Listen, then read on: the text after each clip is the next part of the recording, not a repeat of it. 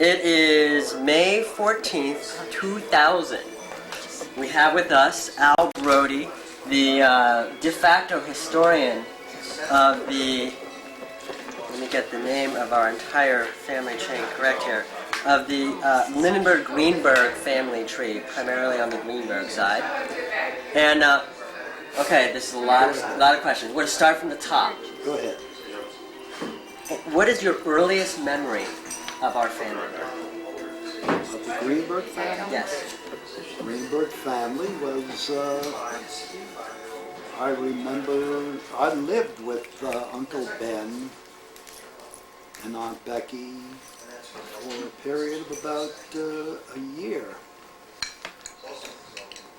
Uncle Ben is... To start off, the Greenbergs, there was my mother, Kate, her brother, Benny, and her sister, Goldie.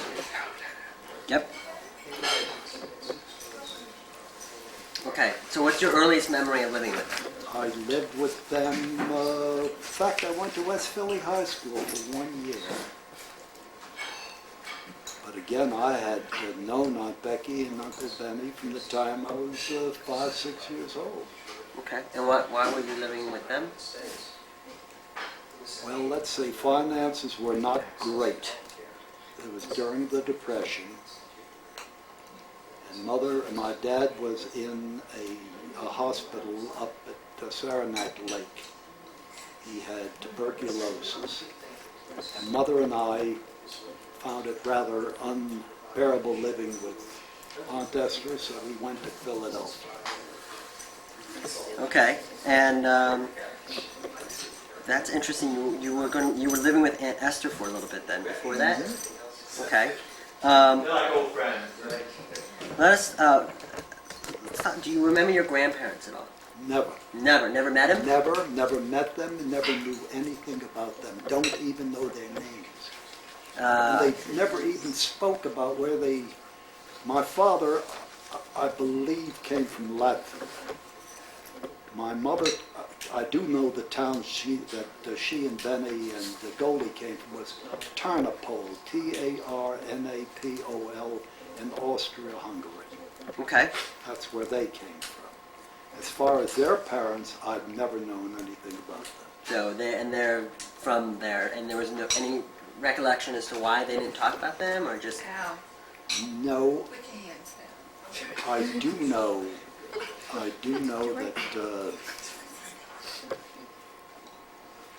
they did not want to talk about Europe at all. They had a tough time coming over here. They were very protective of each other. I'm talking about the Greenbergs. Mm-hmm. And very supportive of each other, all three of them. Now, if I recall, Benny came over first, and then called over for Becky and Goldie, correct? No, he came over for... I'm sorry, Kate and Goldie. And Goldie, right. Okay, and so now, how did they come over exactly? I'm assuming ship, but do you remember via what port and such? They did come into Ellis Island. Yes, they did come through Ellis Island, because that's stuff we can actually research. That you can. Okay. Do we have any idea what prompted Benny to come to the United States first? I have no idea. I believe at that time there was conscription in the army, and a lot of the Jews tried to get to the United States and get away from the Russian army at that time, from being conscripted into the Russian army. Okay, so that was probably it. Do you remember how long did it take Benny to get Goldie and Kate over? Was it like immediate? I really don't remember. It was a couple of years. Benny earned enough money to bring them both over. And they both worked at the cigar factory, if I recall. Bayek. Bayer? Bayek. B-A-Y-U-K. It was a very, very large cigar manufacturer in Philadelphia. Okay. And any idea how they landed that job? Because I know all of them worked there, if I recall, right? It sounded like I don't remember. I know that Goldie and my mother, Kate, worked there. Right. When I first met Uncle Benny, he had a grocery store Okay. in Philadelphia. Now let's get some dirt. We've had the nice simple stuff. Who is the most talked about member of our family tree? We have, No. Where is the money? That's the first question. Where is the money? I want to know who's the most talked about member. The moolah. most talked about member was Aunt Esther. That's what it sounds like. Okay. Esther. Tell us about Aunt Esther. Aunt Esther. Aunt Esther was the youngest of 8 children, 7 boys and 1 girl. Now, did she seduce her brothers? She did everybody else. That would be Burl Cohen asking the question. I think that's a very important question because this is where this woman probably came from in terms of her later lifestyle. So there were 6 Right? brothers, Right. Thank you. if I recall, right? 7 brothers. 7 brothers. Okay. Seven And then brothers. It was very interesting. One brother was named Leibowitz, Hyman Leibowitz. is this Oh, Mr. wait a L? minute. Oh, No, No. nothing to do with him at all. Hyman Leibowitz. Okay, we have Hyman Hyman. Have no idea you sure it's not a long-lost why brother? Hyman took the name Leibowitz. Did the Brodys change their name from Leibowitz to Brody? Did they come from the Or town did of Brody? did he take his mother's name, Leibowitz, to Potentially. get out of Russia, Okay. out of Latvia? Right. So we're not sure which one it is. I have no idea. Okay. Now we know of Barney, Abraham, Hyman, Morris, and Solomon, who otherwise known as, we think, Zalman. Is that correct? That makes sense? Zalman was the Yiddish name. Yiddish name for Solomon. That's about it. Right. I've never known, the only one I ever knew was Uncle Morris, Okay. was So my father's brother. we'll get back to Morris. Go ahead. Tell us more about Esther. Why was she talked about? What is the scuttlebutt there? Aunt Esther, when was married to a very fine gentleman by the name of Sam Pearson. Okay. Sweet guy. That was her first husband? First husband. legal. And when Sam died, actually committed suicide, and I honestly believe he committed suicide to get away from her because she was, everybody can laugh here, it happens to be the truth. She was a prime bitch. She was. She was a tyrant. Really? She was a tyrant. She was How a did she tyrant. get? I know that she had. Let me wealth, tell you the but- kind of a person she was. Her daughter Anne had a rheumatic heart Okay. and was always very sickly. When Sam Pearson died, the estate was supposed to go to her daughter, all the money.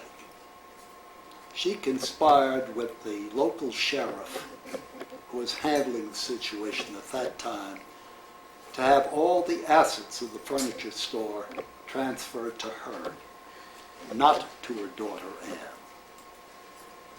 Got it. So he committed suicide and left everything to his daughter, That's right. And then she and then she conspired. conspired against him. That That's is right. Because the money came from Sam Money to came go from Sam directly to Pearson. the door. Sam Pearson, who was a furniture owner. They're And do we even know how they got? What the circumstances of them getting together are? No idea. Okay.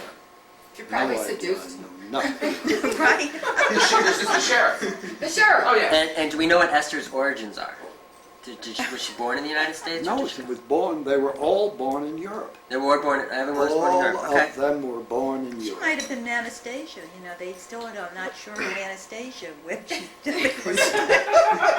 Okay. Now we've Yeah, talked about yeah, her she first couldn't read or marriage. write. Right. Now I understand that there were some other companions. We call them live-ins. Relations. Live-ins? Relations. We call them live-ins.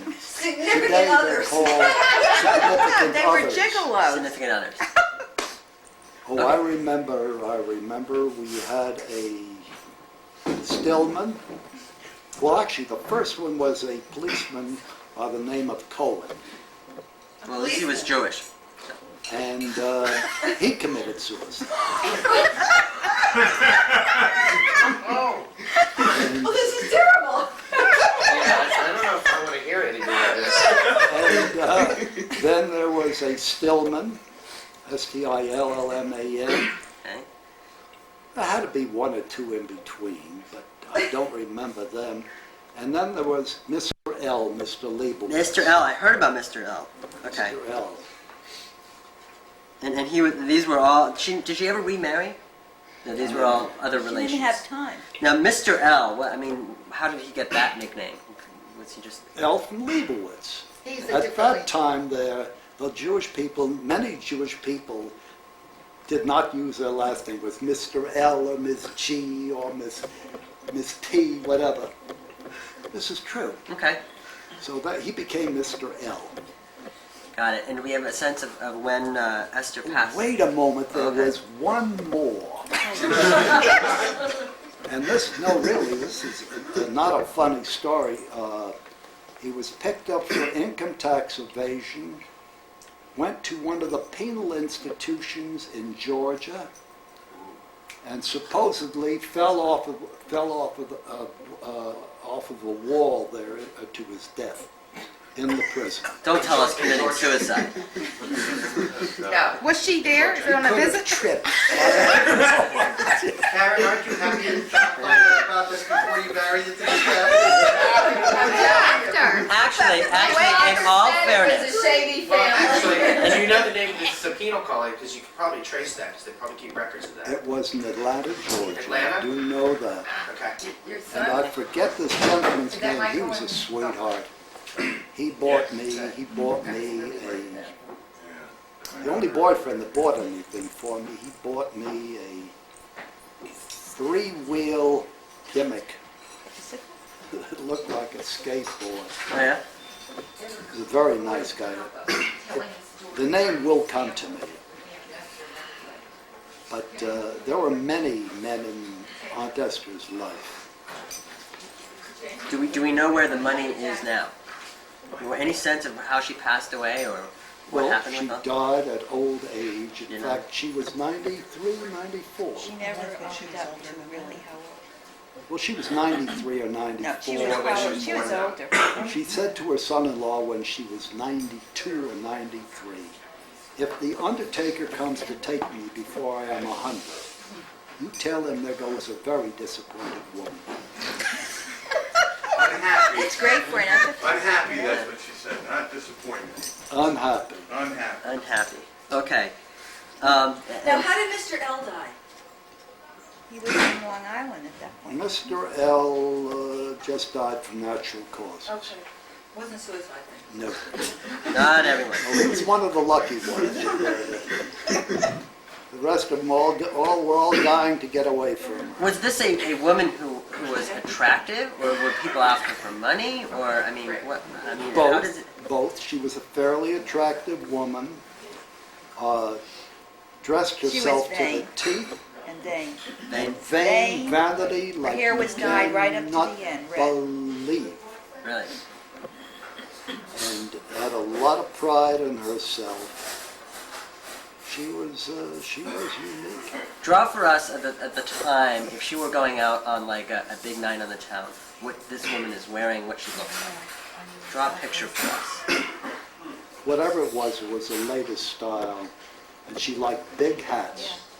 Okay. In fact, one of the classic stories, one of the classic family stories was, I mentioned to you Uncle Hyman Leibowitz from Yep. Chicago, who was actually a Brody. Changed the name to Leibowitz and vice versa.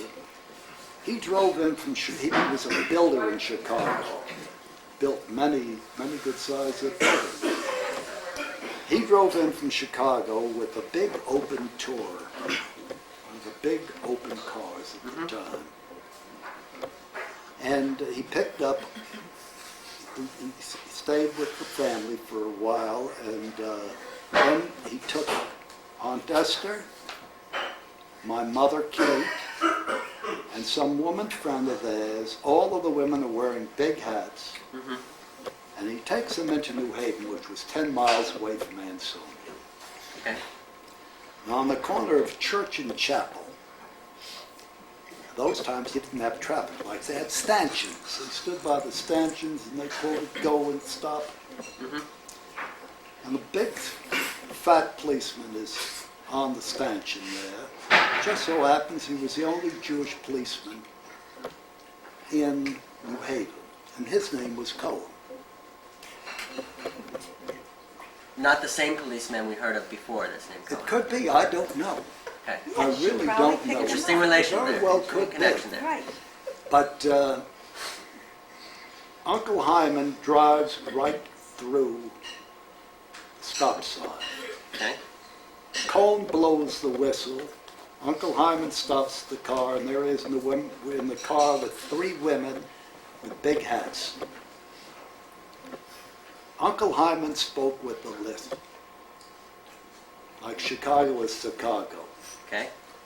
So Officer Cohen says to Uncle Hyman, "What is your name?" He says, "Hyman Leibowitz." He says, "Where are you from?" He says, "Chicago." He says, "And what are you doing here?" He says, "I'm visiting my sister-in-law, and a friend of theirs." And the policeman looked at him, looked at the women with the big hats, and he said in Yiddish to them, he says, "Chaim," which would be his Jewish name. He says, "Chaim," it's his Dine America. "Hyman, it's your America. You've got it all made." Aunt Esther's stories are really great. I was driving with her one night. We left New Haven. It was dark. And in Orange, a policeman by the name of Beckwith, I remember his name very well, starts chasing the car because she's speeding. Okay. And she lets him chase her for a couple of miles, and she stops the car. And now it comes out of the car with the flashlight, and she rolls down the window and she says to him, "What right do you have to scare a poor defenseless woman? What is your name? I'm going to talk to Judge Munger tomorrow morning, and he's going to see that you're going to be demoted from the police force." She had moxie, gall. Aunt Esther was a very bad person. But that's putting it mildly. Well, I was putting it mildly. Well, look, what about stories that you can tell? Bad in the bag. Earl was married to Sherry, her Aunt Esther's grandson. Right. And she made his life miserable.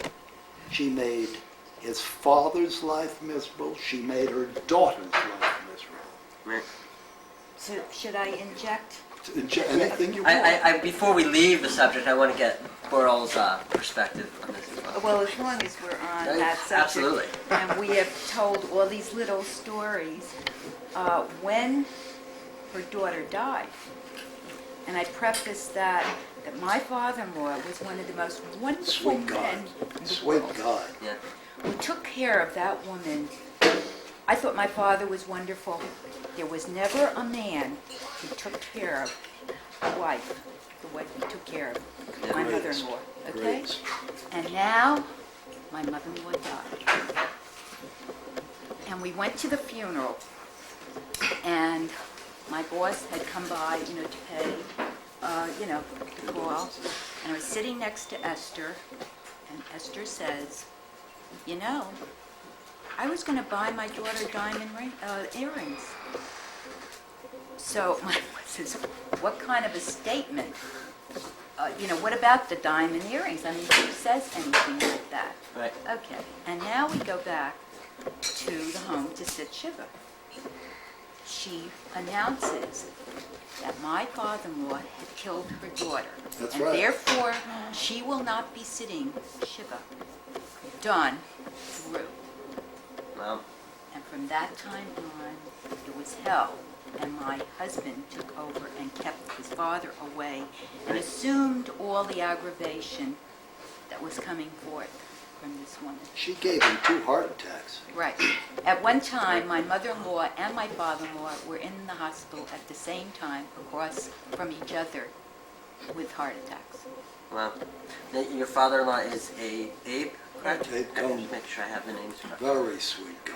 Wonderful. Great guy. Yeah. Great. He was like a father to me. He was. Yeah.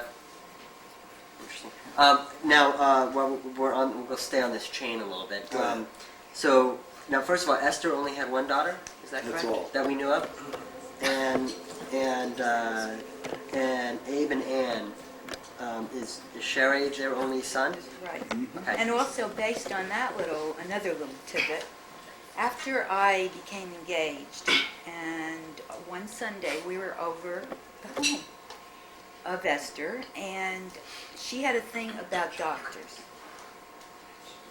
You know, to quote, that's the Jewish, it doesn't matter what, The as long epitome. as you're a doctor, that's Okay, it.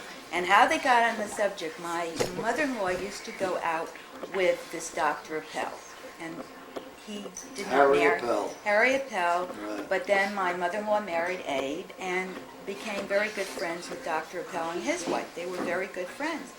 And we're sitting around, and Esther says, this is in front of Abe, and they've now been married, it had to be like 45 years, something like that. She says, my daughter could have married a doctor. I mean, Abe, who was so wonderful. Right. She's still on this thing about a doctor after all those years, because to her, that was the quintessential. Right.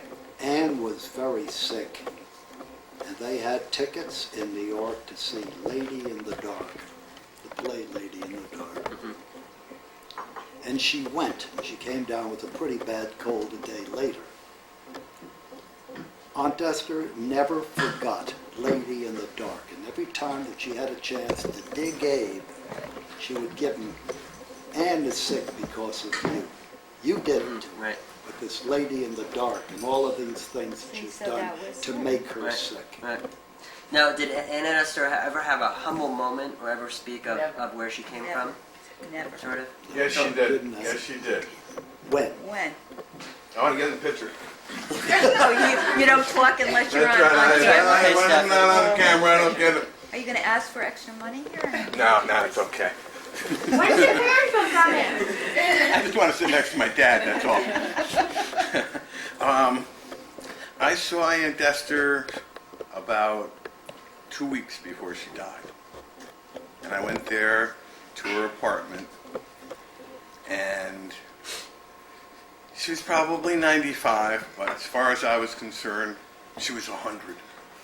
Because she said, because I remember with the red hair and the chair That is going right. like this, Red hair if at that I age." die before I'm 100, you tell the undertaker, and this is when I was 5 years old, there goes a very unhappy woman. Just like that. And every time she said the finger went with the thing. But I saw her 2 weeks before she died. Her hair wasn't red. It was gray. Gray. In gray. She looked very withered. And it's probably the only time that I remembered her in my life that she was humble. And I really felt that she realized what kind of the stage that she set, because she was always maneuvering something like, I'm going to get my money back, Oh, yeah. and I'm going to get control, and I'm going to get the power back so I can manipulate. And I mean, she always had these things. Like, she had this thing with me that she didn't like the fact that I had long hair back in the late 60s. And Your so mother didn't like it either. Well, I know. A lot of people didn't like it. 5 years old. But, huh? You're 5 years old. In the late 60s? No, this is later on. No, it's later on. Later on. In the late 60s, I graduated high school. If I remember So correctly. your hair was You're not there. sure, huh? Huh? That was the long. That was it. Yeah. But anyway, so she said to me, listen, let me give you $200, which was a lot of money at the time. Ever You brush think your hair? She had long hair. She had real long hair, Yeah. but she wore it up. Yeah. She wore it up in a bun and she was wrapped it around. But so she said, "I'm going to give you $200 if you cut your hair." And I said, "No, we're not going to do that." And then why didn't you just put a bow in it and it'll make it shorter? Let's get back. So anyway, I remember though distinctly being in her apartment, and she was not talking about getting her money back, and she was not talking about manipulating people, and I really saw a humble moment, and I saw a moment where she really seemed like she understood that Death she is tried to, right, and that she tried to control people, and that what she tried to do really blew up in her face. Right. And, She was alone. yeah, She was alone at the end. yes. And Now you mentioned she'll get her money back. How'd she lose it? she always had a thing. She had always had a, Everybody, that is, her son-in-law stole from her. Well, Everybody wait, took the mon- advantage of her. her money was left to her daughter. Right. And when her daughter died, Abe Cohn Abe, wound up. Abe Cohn ended up Okay, I with see. a lot of her money. Right. So she was always, she had gotten my Uncle Steve involved Right, he was to try manipulating her money for get her. back her money for her. Got it. And she was going to try to contest the will that left the money to Got her it. And Ann. wound up with Abe. Right. Got I it. got to tell you one fantastic story. We're talking about vanity. Mhm. The most expensive house we ever lived in, of course, houses were very cheap at that time. May have been a house around $15,000, $20,000. Okay. She said that when I die, they are not going to put my body into the ground where the worms are going to get at my body. And she had a mausoleum built that cost $30,000.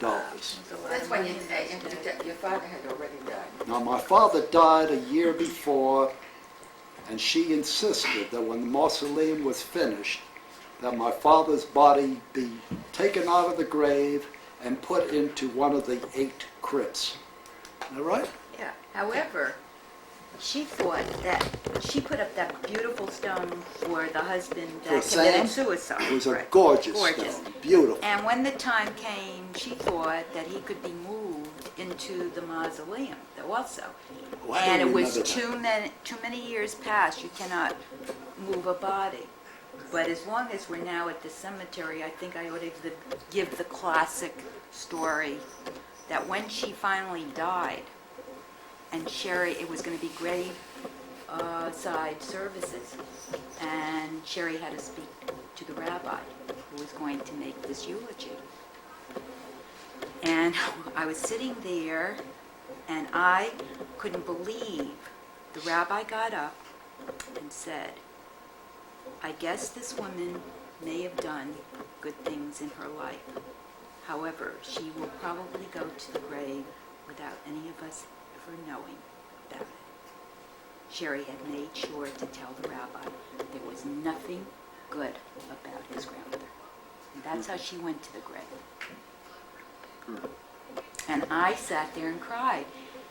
And Sherry said, "How could you cry knowing what this woman was all about?" And I said, "Can you imagine that in death there was nothing that was said good about this woman?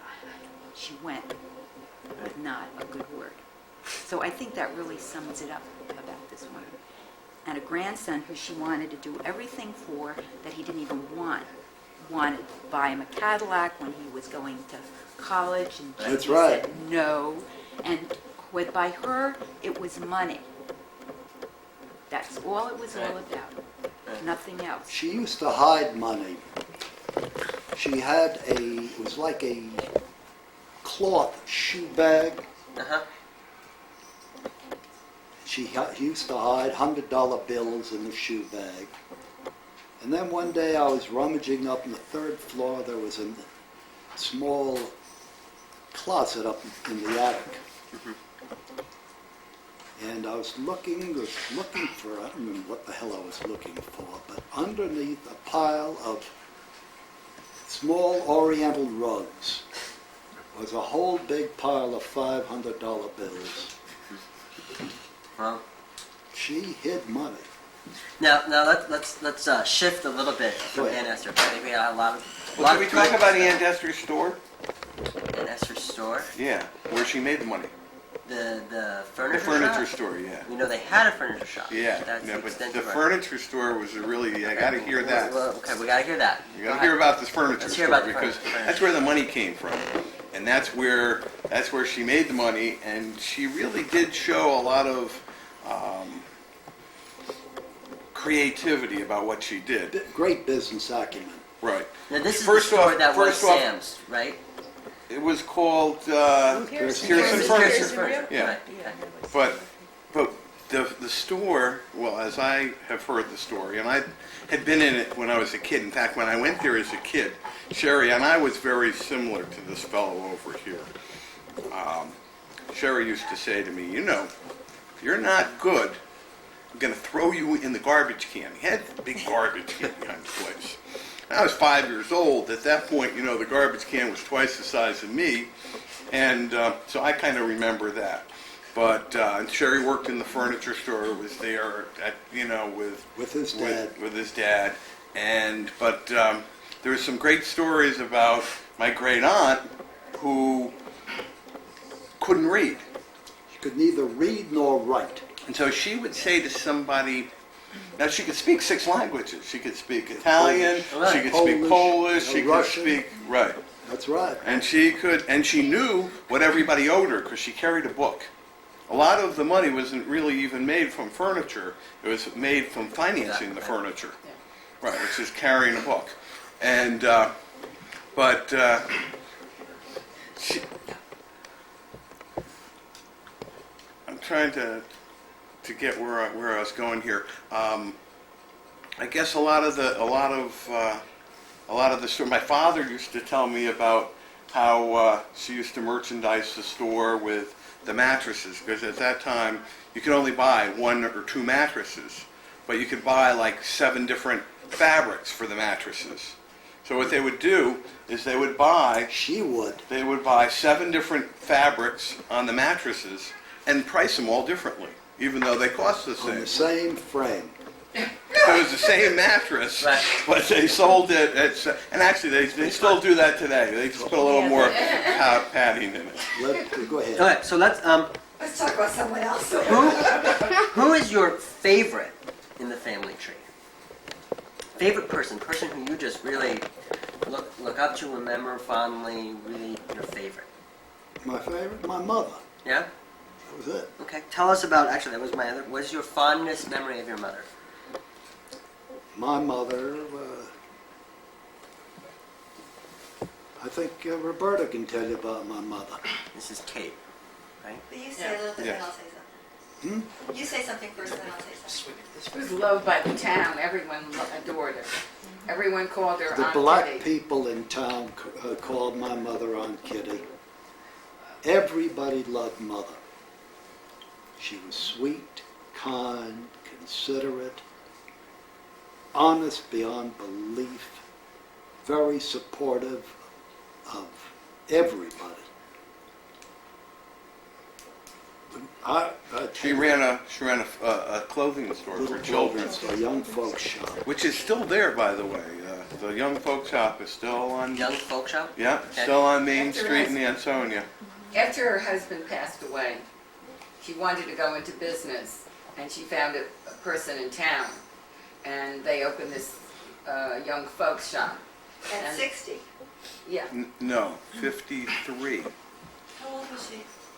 Well, she was well over Chris, 60 years of Do you remember age. the flood of 53 was Yeah, but when... she was over She was 60 60 years years old. when she Oh, did okay. it. Yes. She had this store until Right. the time my children outgrew the clothing. Right. And you grew up in Ansonia, right? I grew up in Ansonia, we lived in the same house with Aunt Esther, my father, and my mother. Got it. Okay. And did, like, I know that Hyman lived in Chicago. Did Abraham live? Abraham Morris or Solomon live? Morris Ansonia lived as well? in Ansonia. My father, who died 6 months before I was born, Right. Your blood father. as I said to you, that I was given for adoption by my mother,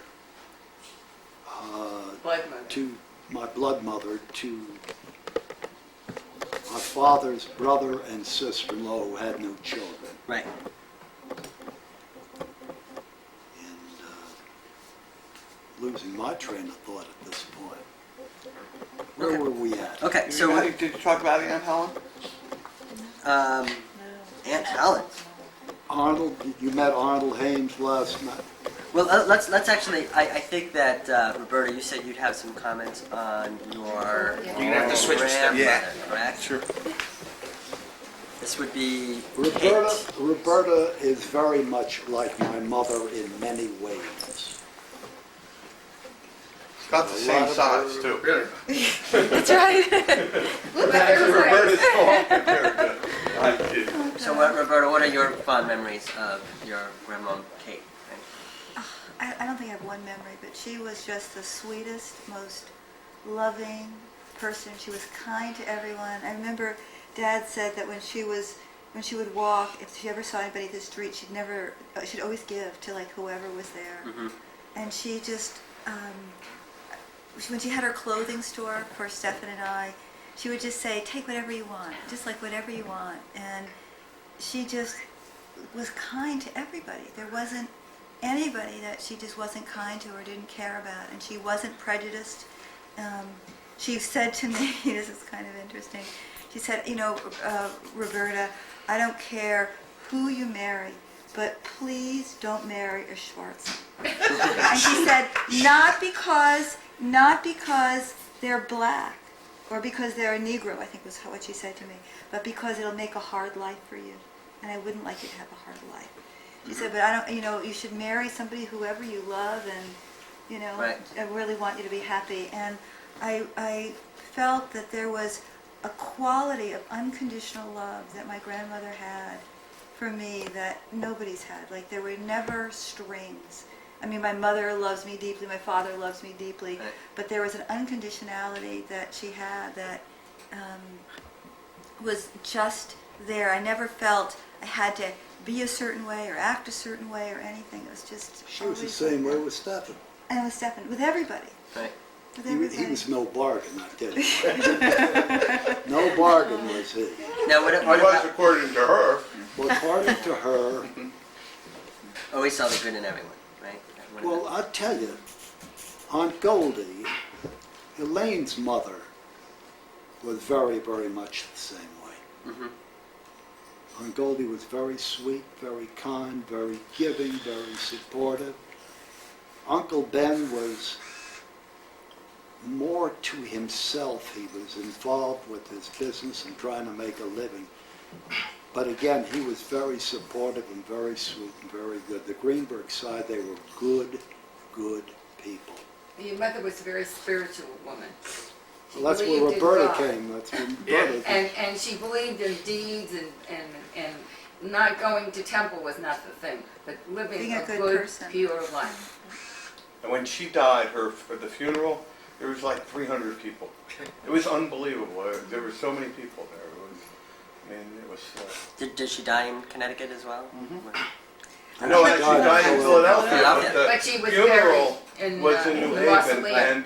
and she hadn't lived in New Haven in Ansonia for 10 years. Right. And they put it in the paper, and there was close to 300 people there. I mean, there wasn't room to Well, in the whole No, show. no. But by the way, in her final years, she lived with Aunt Goldie for about how many years was that? 10 years. No. No, it was 8 about, About 3 about, years. no, it was about, I'd say 5 or 6. Quite a bit. 70, let's see, I remember coming here to California in 74, and I know Aunt Kitty was already living with Aunt Goldie, and I think it was in 79 that she passed away. Yeah. Well, they were living together, and it was rather blind leading the blind, because that's the point when Elaine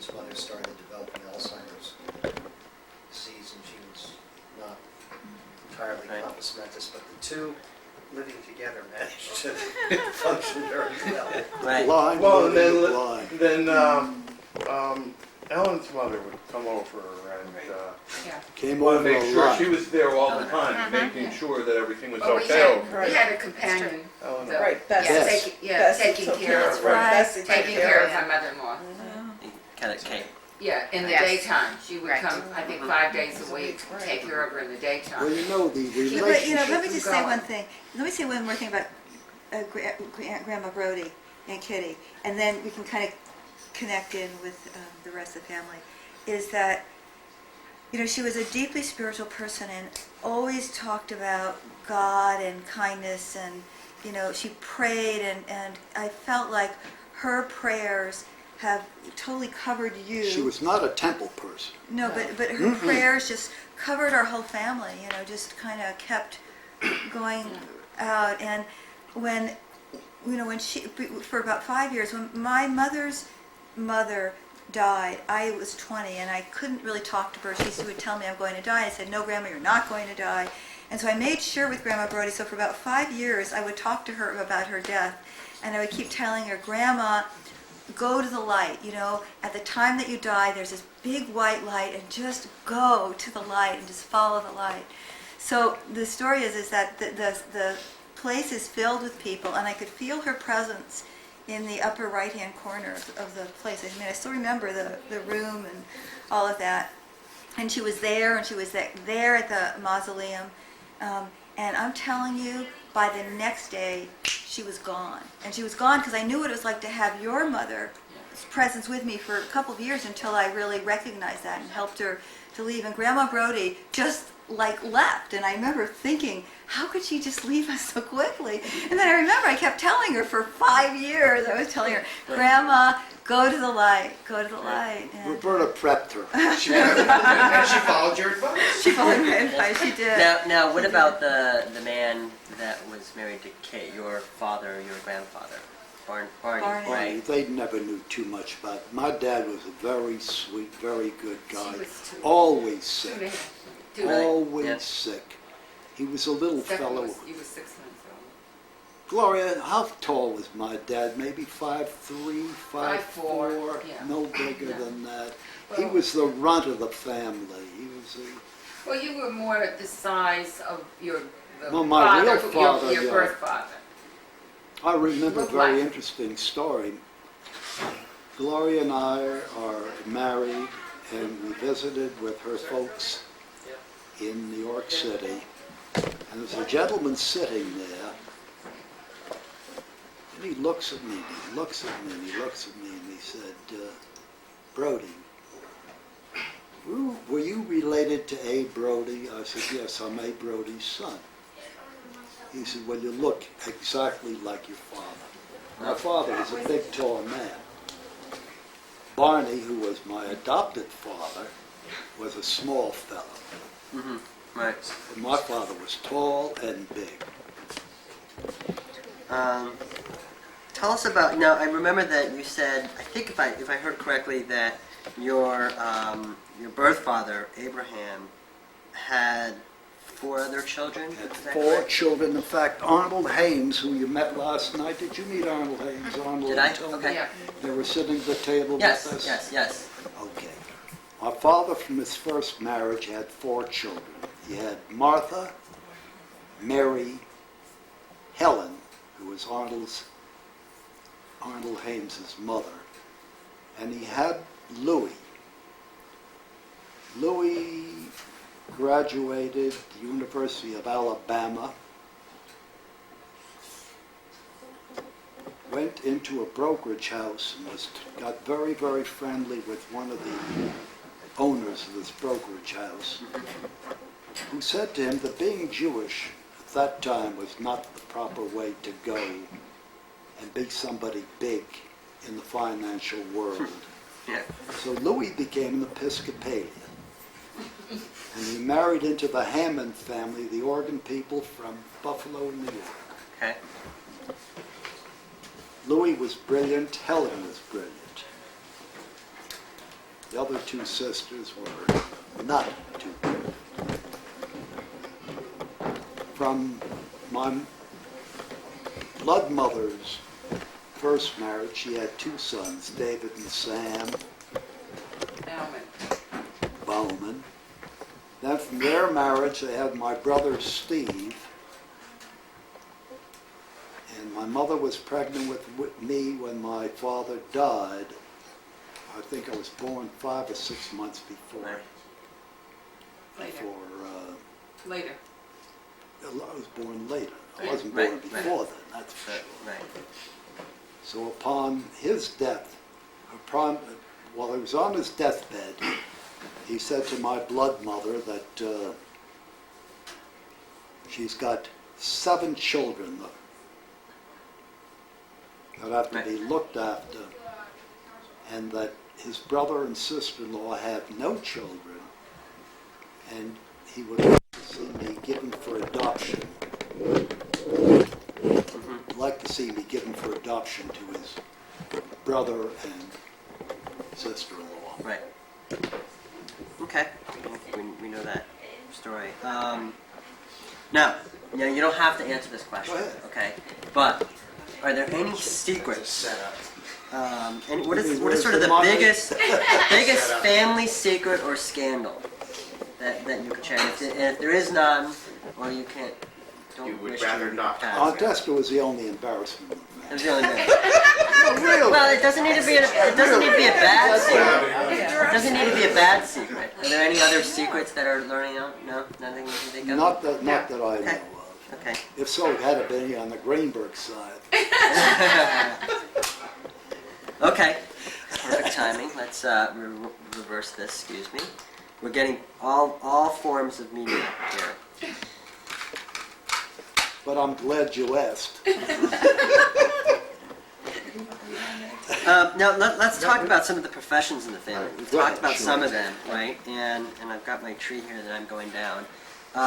Now we've heard that Esther and Samuel were in the furniture business, and Hyman was from Chicago in the building business. Now, when you say building business, is it the guy who was on the girders helping build, or was he a builder?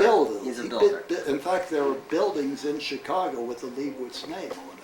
Okay, well, I live in Chicago, so I'll have to check that out. And Morris?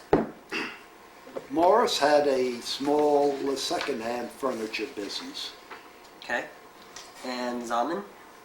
I know nothing about Zalman. No, nothing about Zalman. And how about Abraham and Becky?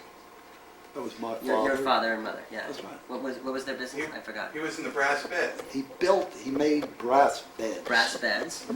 And then what about your We got a adopted factory parents? that made brass beds. My father worked for Aunt Esther. Oh, And he delivered furniture and it was a horse and wagon. And the horse's name was Harry. This is true. The horse's name was Harry. And summertime, they would put a straw hat on the horse with holes cut in the side for the ear. And whose kid shouldn't they mess with? What's that? Don't mess with Benny's kid. Oh, right. We used to go collecting with my dad, the horse and wagon in the Italian section of town. Uh-huh. And in those days, there were ghettos of themselves: an Italian ghetto, a Jewish ghetto, an Irish ghetto, and you just didn't cross. I mean, you just didn't go into that ghetto. And I'd go collecting with Dad and go into the Italian section of town. And I'd go to get off of the wagon, and a bunch of kids would gather around, and the windows would fly open. The mothers would yell, "Hey, you no touch a Benny's kid." Let's go to the other side. That was actually your adopted mother and father. Your father's brothers and sisters. How about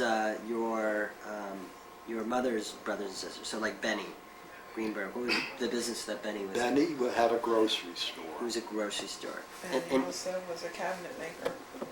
And a cabinet maker. And a cabinet Before or after the grocery store? Oh, and then he made lamps. He made beautiful lamps. That I didn't know. Yes, because we did have a couple of lamps that Uncle Benny made. Okay, so he was built stuff very fine with his hands.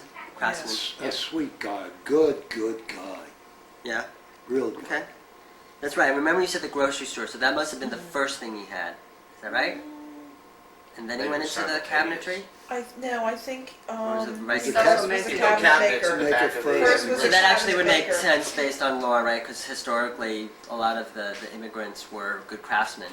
First thing they did. Yeah. And then they moved into other things. Well, how to make a living, so they Right. took the first thing Whatever that they they did. knew. Right. And was just while we're on that subject, I know that both your mom and Goldie worked in a cigar factory. At the time, for women to be working, was that unusual or They not? were single. No. They were No. single. Good God, They were no. single, very They were upfront. single then. Yeah.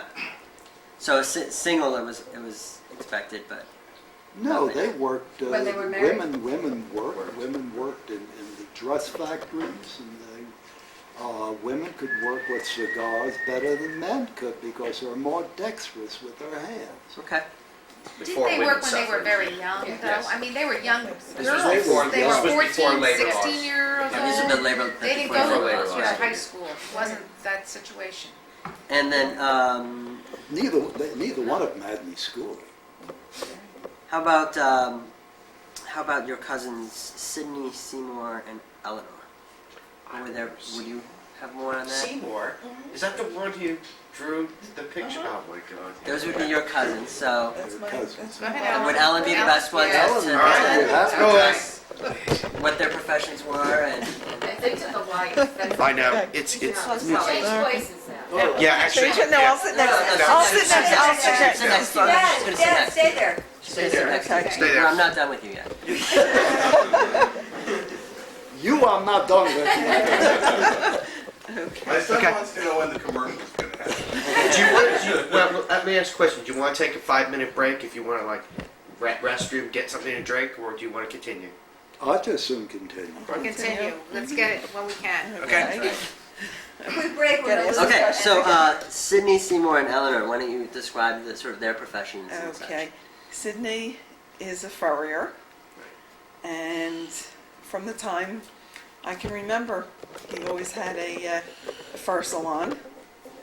My Uncle Seymour did a lot of things. He was an X-ray technician. He was a chemist in the water testing department in the city of Philadelphia, and his hobby was always art, still is. And my mother was Very talented and very bright. Very bright. He also designed the artist pen. He has a right, pen on it. right. He did make a pen, and my mother was a secretary in a dental laboratory. Well, In Philadelphia. Right, in Philadelphia. Where is Seymour now? Yeah. Seymour's living in a little town called Bisbee, Arizona, and Go it's to Arizona. it's about 90 miles southeast of Tucson and 8 miles north of the Mexican border. Oh. Is there some story to that? Why it's close to the Mexican border? Okay, just curious. Cute little town. It's the county seat to I forget what Cochise County. Cochise. Mhm. And It's chief in Indian. and that's really it. now, if I recall, Seymour never married, correct? No, he was married. He was married. He was he married. married? Yeah, Who did he marry? Seymour married a woman by the name of Georgia Sloan. That's her maiden name. And I think they were married for about 8 years.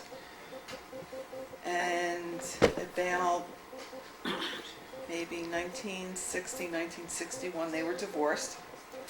But Seymour still keeps in touch with her. Oh. Hmm. And no kids. No children. Never had children. Seymour always had girlfriends, didn't he? Yes. I remember. That's Probably right. still does. Sally from across the street.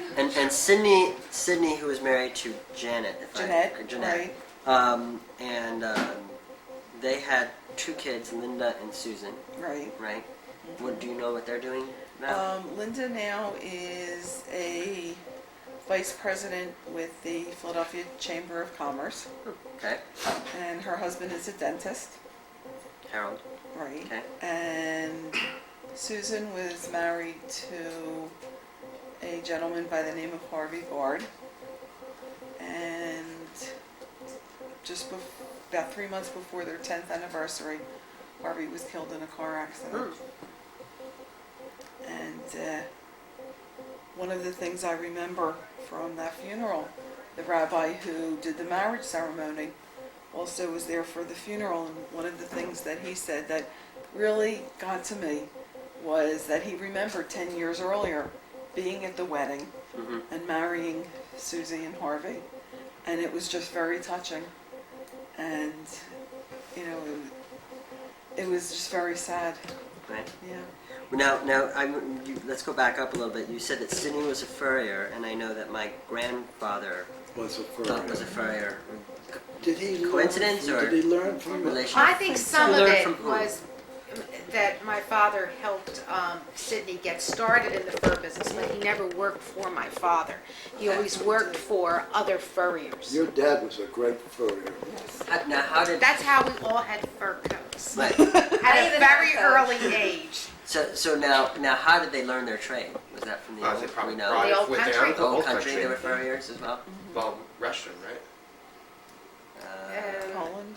Poland. Well, Poland. Poland on that side. Well, that was Russian back then. So actually, it's a good segue. Let's talk about. I want to talk about two things actually. They're totally unrelated, but they're connected. Education, if any, and immigration. So first of all, let's talk about let's start with education. Just talk about that. Different education anywhere. Easy.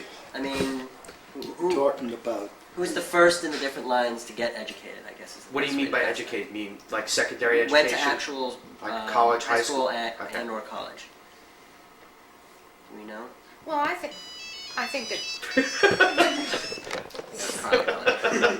I imagine Sydney, Seymour, and Eleanor all have a high school education, but none of them have a college education. How about Bernie, Rebecca, Kate, Barney, or no. No, I don't even think grade school. I right? remember at a certain period of time where we had a tutor in the house to teach my mother how to write and read and so forth. We did the And, same thing for my mother. And I just remember, because it was so unusual for me as a child to have a parent who couldn't read or write, and my neighbors wrote all the excuse notes when I was ill at school for me because my mother couldn't write. So it was very interesting. And when we're speaking about education, I think the one thing that my mother and father gave me was the world of education, and that was the way of moving up. They knew no other way but to give everything to their children, to educate them, to have a better life than they did. Now that seems, well, this is a bit philosophical question, but that's actually fairly common in a lot of the Jewish ancestry. The Orientals. What is that about? Is there something that we've stories that we heard of from the old country, etc., that was for that? How did they learn? How did they know that? I mean, how did they know that education was the way up? How did they? Because they realized when they came here, the only way to become anything was to be educated. If you can't read, if you can't write, and if you can't get ahead in America, you've got to have an education. Because those were prerequisites in America to get ahead. Right. And so that's how they kind of. They were also probably prerequisites in some European countries. They probably saw that also. I think so too. Yes. So now, And amongst the Jewish community, The difference was that Jews were prohibited from higher education in many of the countries from which they emigrated. Yes. There was no such prohibition within the United States. By the way, it's very interesting. My father-in-law came from Odessa in Russia. Right. And Odessa was a real thriving seaport town, and that had a great culture. The arts were there, and he went to a school. They called the school there gymnasium. Yes. And he and his brother Max and Morris both had good educations from Europe, from Odessa. Now all these small little towns had nothing as far as educational, and it wasn't really open to the Jews, but Odessa was open to everybody. right. Okay.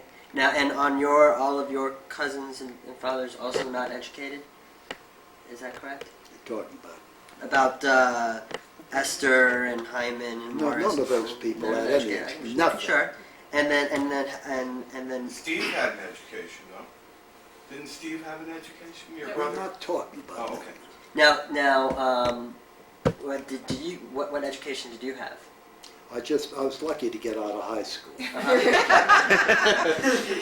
Okay, and we're just going down the list of all the different folks. And then how about Eleanor, Seymour, and Cindy?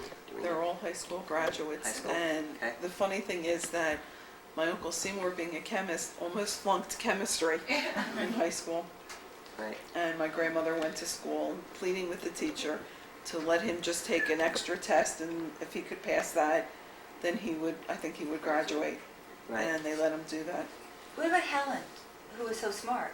Helen was very well educated. Where did she come? Helen went to college. I don't know where she did. Went to a night college. Louis graduated from the University of Alabama. So why don't you talk about that part of the Yeah. history here? Why don't you So- talk so about there's- Helen and so there's Louis? so much- there is there's some- education. Oh, yeah. Well, And Martha had a high school education, and Mary, and both of them were married young, Roberta. But they were already living in this country. I mean, it's another generation. Right. It is another generation. They're the children of Right. Abraham and Rebecca, Esther, etc. Right.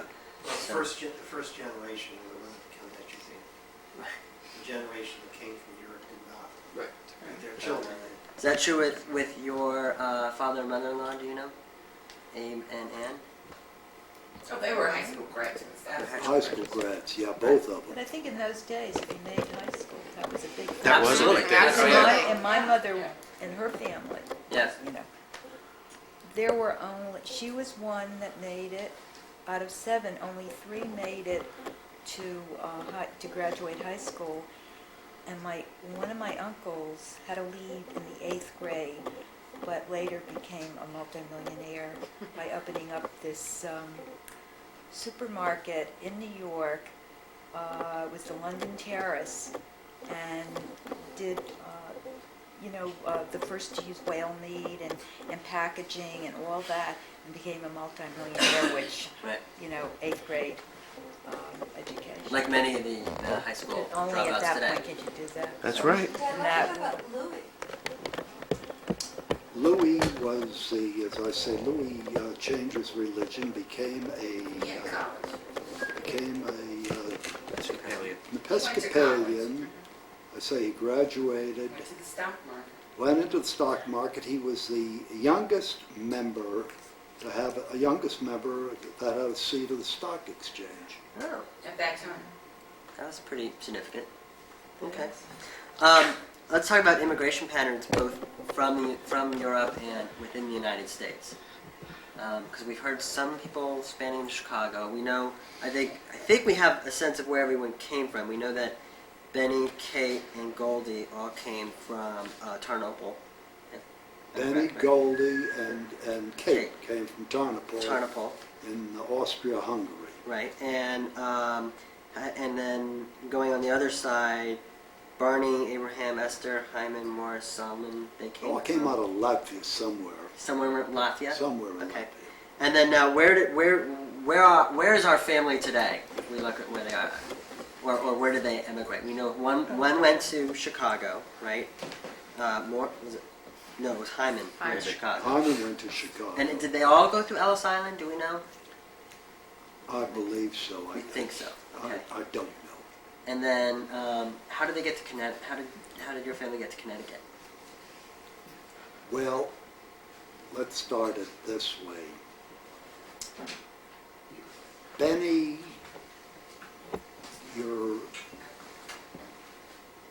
would be his grandfather, wouldn't he? Yes. No, Benny's my grandfather. And it's his grandma, my great uncle. Right. Okay. Right. Mom's side.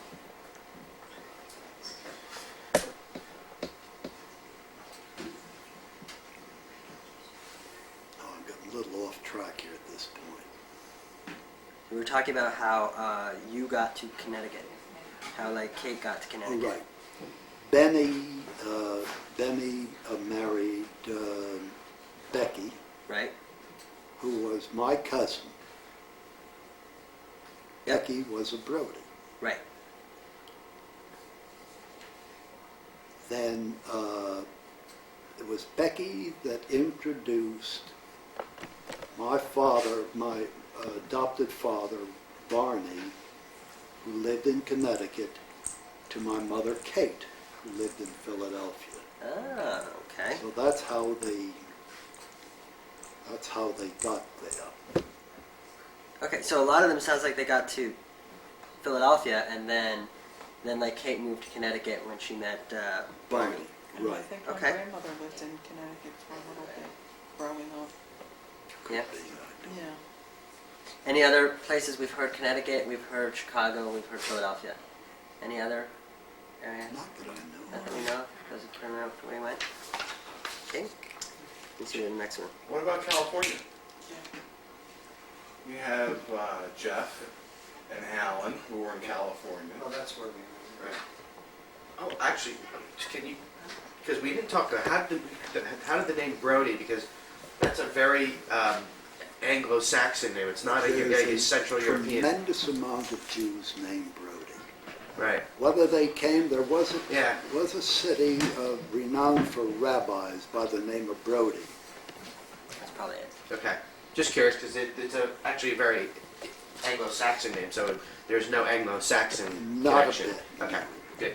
So we're actually Or near, Irish. near Or the end. Irish. Let's talk about Or actually religion and what part that played in our whole family tree. Who, if anyone, was religious? And were there any? Conversion. We heard about one conversion. I know that my mom's father was observant. Was gold. Oh, he's very No, observant. growing No, up. No. no, but my father. She married into Her father was observance. Orthodox, wasn't he? But so Goldie married into observance. I think that in But that Goldie generation, wasn't, everyone She went was along with Orthodox. things, There but was you no know, she ate out, conservatism. she did what she wanted. She Your loved grandma. oysters. My mother.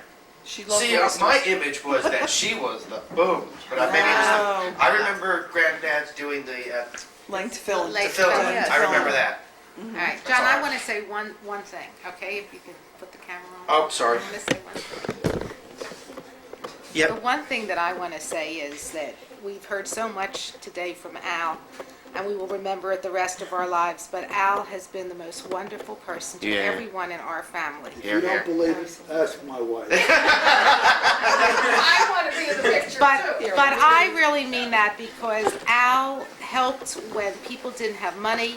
Al helped get everybody furniture. Al helped everybody in the family. And there's a really very fond spot in my heart because he was kind of the person behind everybody. And I thank you for that. Yes. By the way, I bought your first crib. I know that. You bought their what? My I bought a first. first crib. Anything else you want to share? No, except that he's super. he's just been a stable, wonderful influence for the family, for my life and our children's life, and What are you Very nice. looking for now? I've been paid off. House in Capri, how's that? A house But I in think it's Capri. wonderful. The credit card receipt will be coming. Well, Summer Al, home, just a summer home. Okay. thank you very much. I think we now have that captured for all of posterity. All right. I think you got all the stories. I think so. I think so. You need to do your In the sign sign-up off. book, don't forget to put all the people that contribute to this By the way, Right. I Or have to to tell you an continue. interesting story.